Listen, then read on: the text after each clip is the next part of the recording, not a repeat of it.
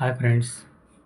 आज बहुत basic video है, तो 5-10 मिनट में बेसिक चीज़ें हम क्लियर करेंगे।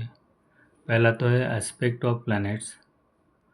तो मंगल, गुरु, शनि, राहु एंड केतु के स्पेशल एस्पेक्ट्स होते हैं, यानी कि दृष्टि होती है।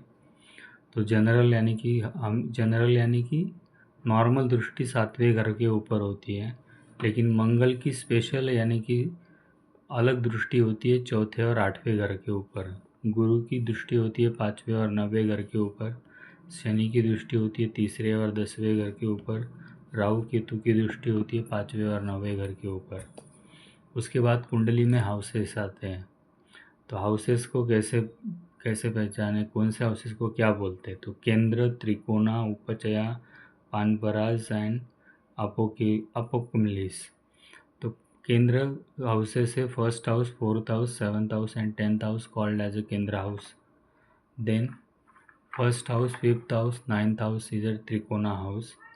Third house, 6th house, 10th house, 11th house, it is the upachaya house. Panparas, second house, 5th house, 8th house, 11th house. Apoclimus, third house, 6th house and 12th house. Direction of planets. तो सन की direction है east, Mars की direction है south, mercury की direction है north, Saturn की direction है waste, Venus की डायरेक्शन है साउथ ईस्ट, राहु की डायरेक्शन है साउथ वेस्ट, मून की डायरेक्शन है नॉर्थ ईस्ट एंड जुपिटर की डायरेक्शन है नॉर्थ वेस्ट। तो ये हर एक प्लैनेट के डायरेक्शन दिए हुए हैं, सिर्फ केतु की नहीं है। राशि और राशि के डायरेक्शन और एलिमेंट।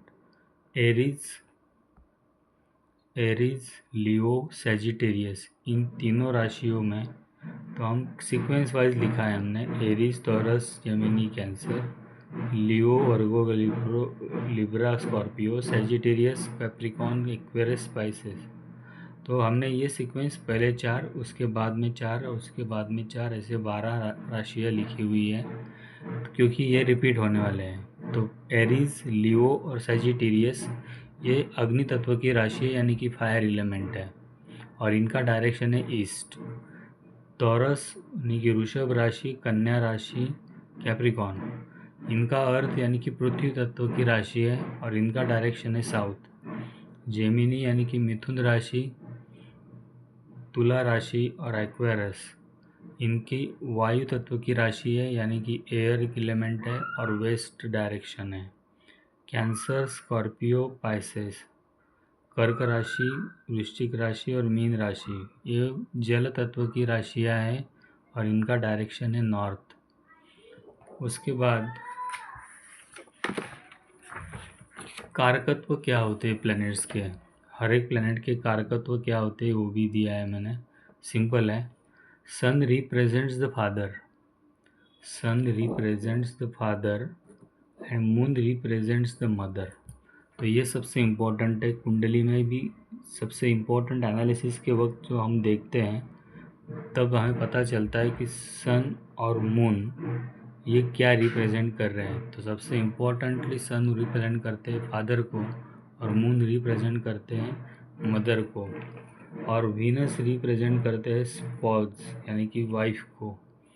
इसके बाद मर्क्यूरी रिप्रेजेंट करते हैं इंटेलिजेंस को, मार्स रिप्रेजेंट करते हैं करेज को, जुपिटर रिप्रेजेंट करते हैं वेल्थ को, राहु रिप्रेजेंट करते हैं डिज़ायर्स को। उसके बाद केतु रिप्रेजेंट करते हैं इमांसिपेशन है कि मोक्ष की तरफ ले जाते हैं। तो ये हर एक प्लैनेट एक तरह से कुछ ना कुछ कारकत्व दिखाता है। कारकत्व का मतलब होता है उसके रिगार्डिंग हमें उस कुंडली का एनालिसिस करना आसान हो जाता है। जैसे यहाँ पे अग्नि तत्व, पृथ्वी तत्व, वायु तत्व एंड जल तत्व, तो इन राशियों के ये तत्व हमारे लिए बहुत इम्पोर्टेंट हो जाते हैं जब हम प्रिडिक्शन करते हैं, राइट। तो ये प्रिडिक्शन के लिए भी इम्पोर्टेंट है। फिर हम डायरेक्शन ऑफ प्लैनेट्स की बात करते हैं तो वो भी इम्पोर्टेंट है, क्योंकि डायरेक्शन कौन सी है ये पता होना चाहिए, कौन से डायरेक्शन से क्या पता चलता है। एस्पेक्ट्स में से स्पेशल एस्पेक्ट्स जो लिखे हुए हैं, ये स्पेशल एस्पेक्ट्स ज़्यादा इम्पोर्टेंट हैं। ये चारों प्लैनेट्स के हैं, स्पेशल एस्पेक्ट देखे जाते हैं। तो ये बहुत बेसिक नॉलेज दिया है मैंने, बेसिक एस्ट्रोलॉजी का, क्योंकि प्रिडिक्शन आनी चाहिए इसके लिए ये दिया है। अब हम एक्चुअली नेक्स्ट सेशन से हम नक्षत्र, एक एक नक्षत्र देखने वाले हैं, हर नक्षत्र के बारे में कुछ पॉइंट्स देंगे। Okay, thanks.